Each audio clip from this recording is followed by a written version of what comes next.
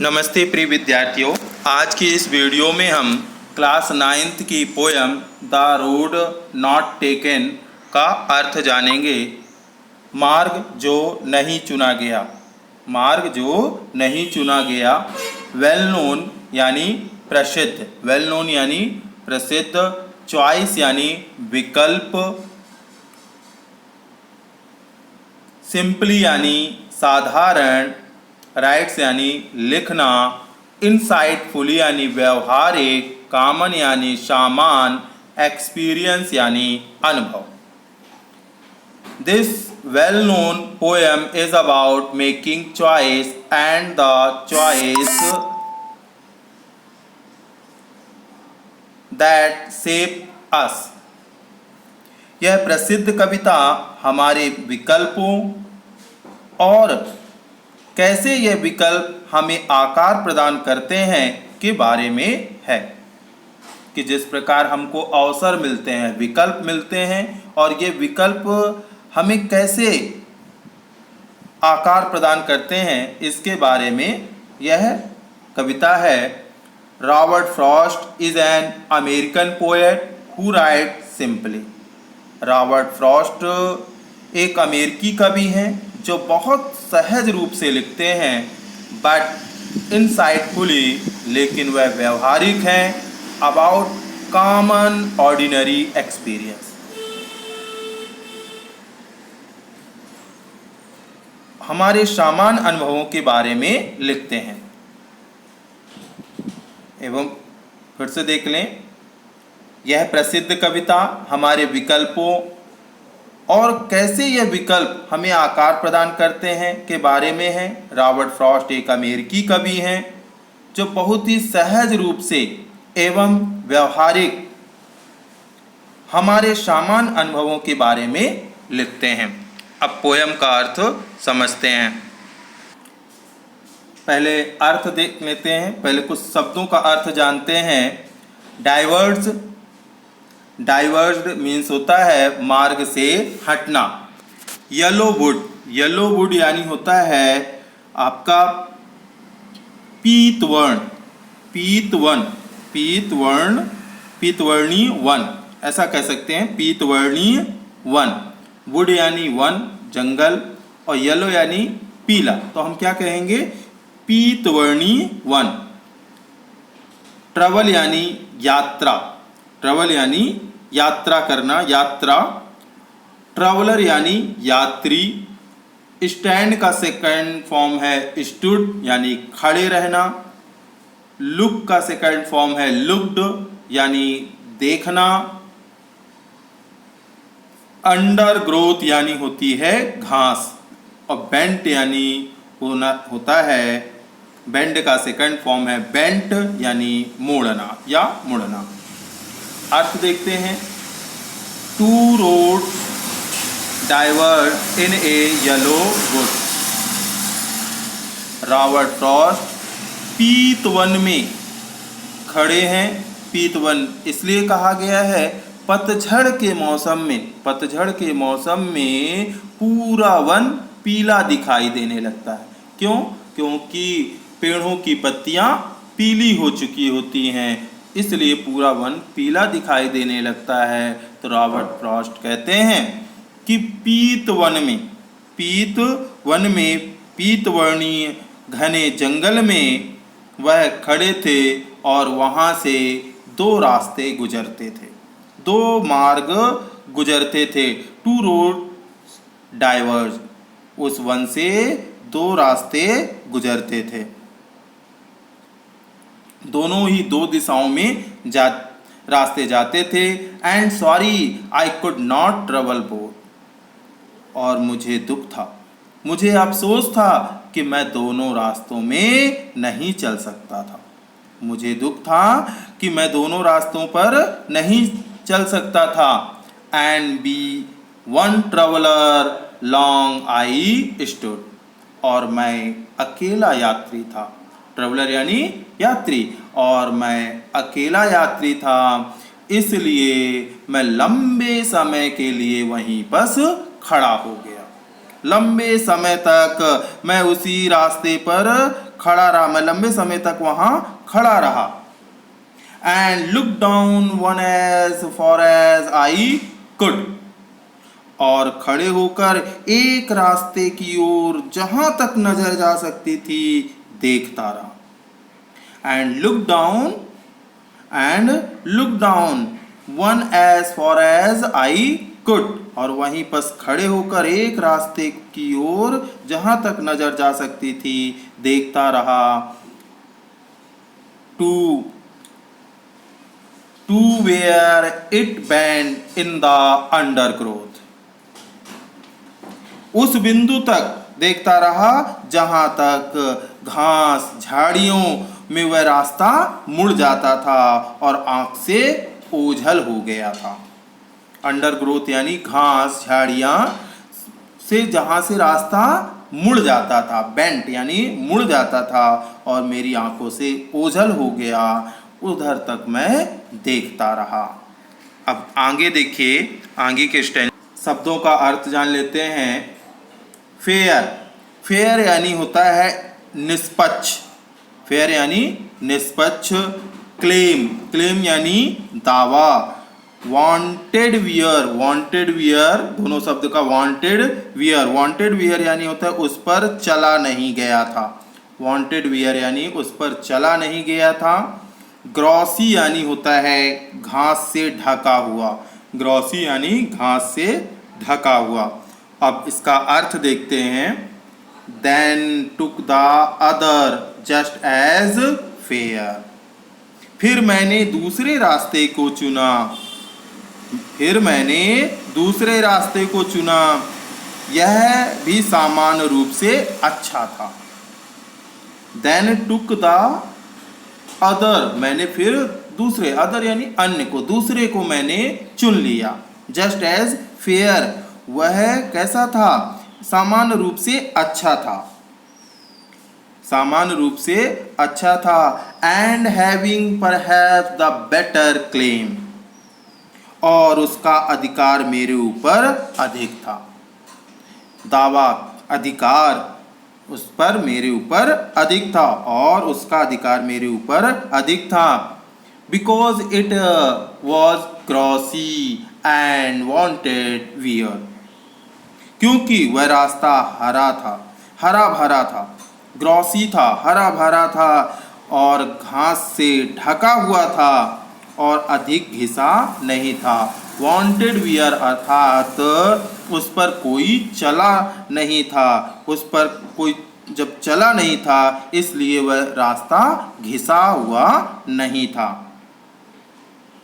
दो as for that the passing there, जहां तक उस रास्ते पर गुजरने वाले लोगों की बात थी, दो जहां तक though as for that the passing there, जहां तक उस रास्ते पर गुजरने वाले लोगों की बात थी, had worn them really about the same, दोनों ही सड़कों से लोगों ने उन पर चलकर उन्हें समान रूप से घिस दिया था। सेम यानी सामान्य रूप से, रियली वास्तव में सामान्य रूप से चलकर उसे घिस दिया था। दोनों ही सड़कों से लोगों ने उन पर चलकर उन्हें समान रूप से घिस दिया था। इक्वली, शब्दों का अर्थ देखें। इक्वली, इक्वली यानी समान रूप से। ले यानी होता है रखा गया था, रखा गया था। ट्रोडन यानी होता है पैर से कुचलना, ट्रोडन यानी पैर से कुचलना। ट्रोडन मीन्स क्या होता है, ध्यान रखें, पैर से कुचलना होता है।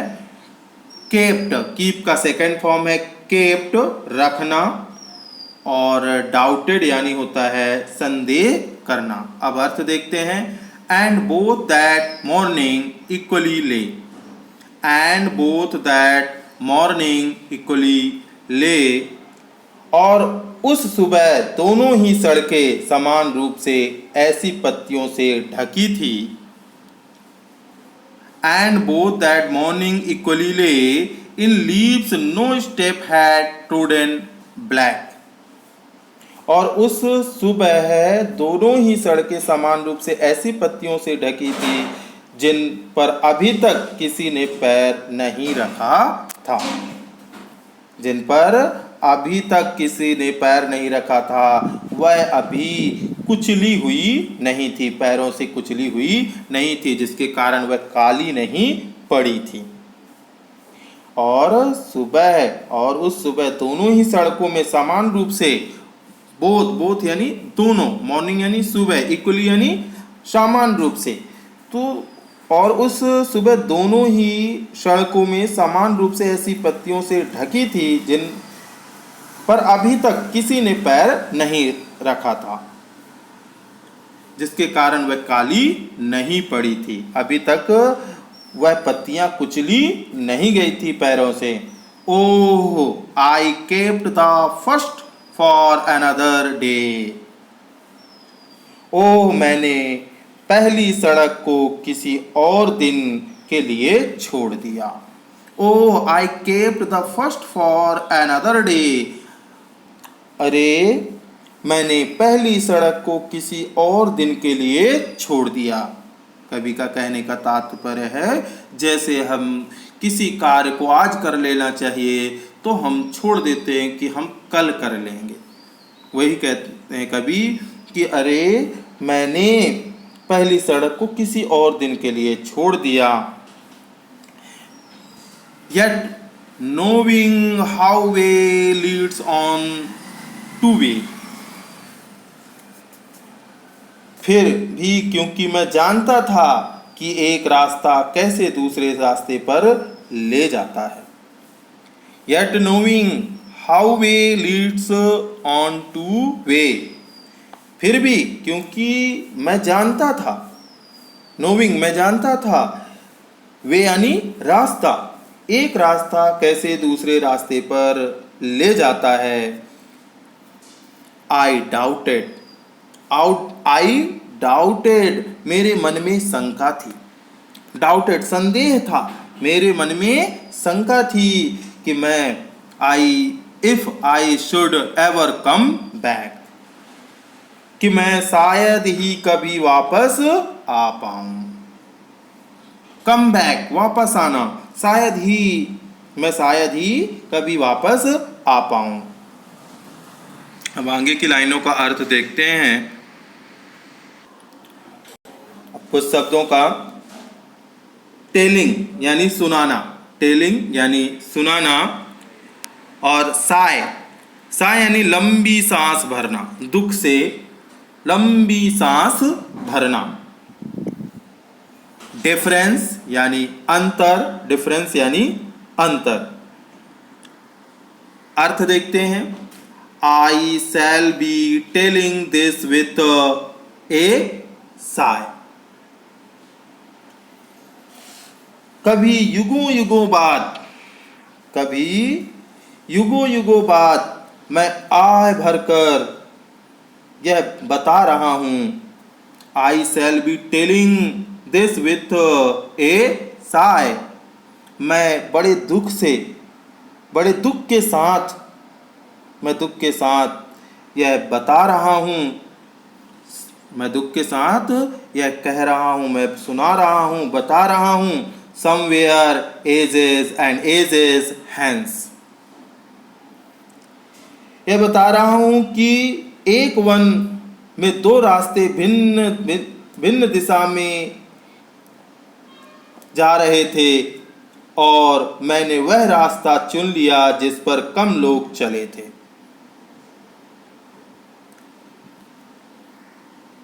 फिर से देख लें। I shall be telling this with a sigh. Somewhere ages hence two roads diverge in a wood, and I took the one less traveled by, and that has made all the difference। मैं आपको बड़े ही दुख के साथ सुना रहा हूँ, मैं आपको बड़े दुख के साथ यह बता रहा हूँ कि एक वन में दो रास्ते भिन्न भिन्न दिशा में जा रहे थे। Two roads diverged in a wood. एक ही वन में दो रास्ते भिन्न भिन्न दिशा की ओर जा रहे थे और मैं वह रास्ता चुन लिया। I took the one less travelled by. मैंने वह रास्ता चुन लिया जिसमें कम लोग चले थे। इसमें कम लोग चले थे और इसी बात से and that has made all the differences, और इसी बात ने जीवन में सारा अंतर ला दिया। और इसी बात ने हमारे जीवन में सारा अंतर ला दिया। फिर से एक बार इसी लाइनों को, I shall be telling this with a sigh. मैं बड़े दुख के साथ यह बता रहा हूँ, कह रहा हूँ कि somewhere is and ages and ages hence, युगों युगों के बाद, जहाँ तक युगों युगों के बाद मैं बड़े दुखों के साथ बता रहा हूँ। Two roads diverged in a wood. एक वन में दो रास्ते गुजरते थे। एंड आई टुक, और मैंने एक रास्ता ले लिया। I took the one less travelled by, और मैंने एक रास्ता ले लिया, मैंने एक रास्ता चुन लिया जिस पर कम लोग चले थे, जिस पे बहुत ही कम लोग यात्रा की थी। और इसी बात ने जीवन में सारा अंतर ला दिया था। And that has made all the differences, मेरे पूरे जीवन में अंतर ला दिया था। एजेस एंड एजेस का आप ये अर्थ लगाएं, युगों युगों बाद।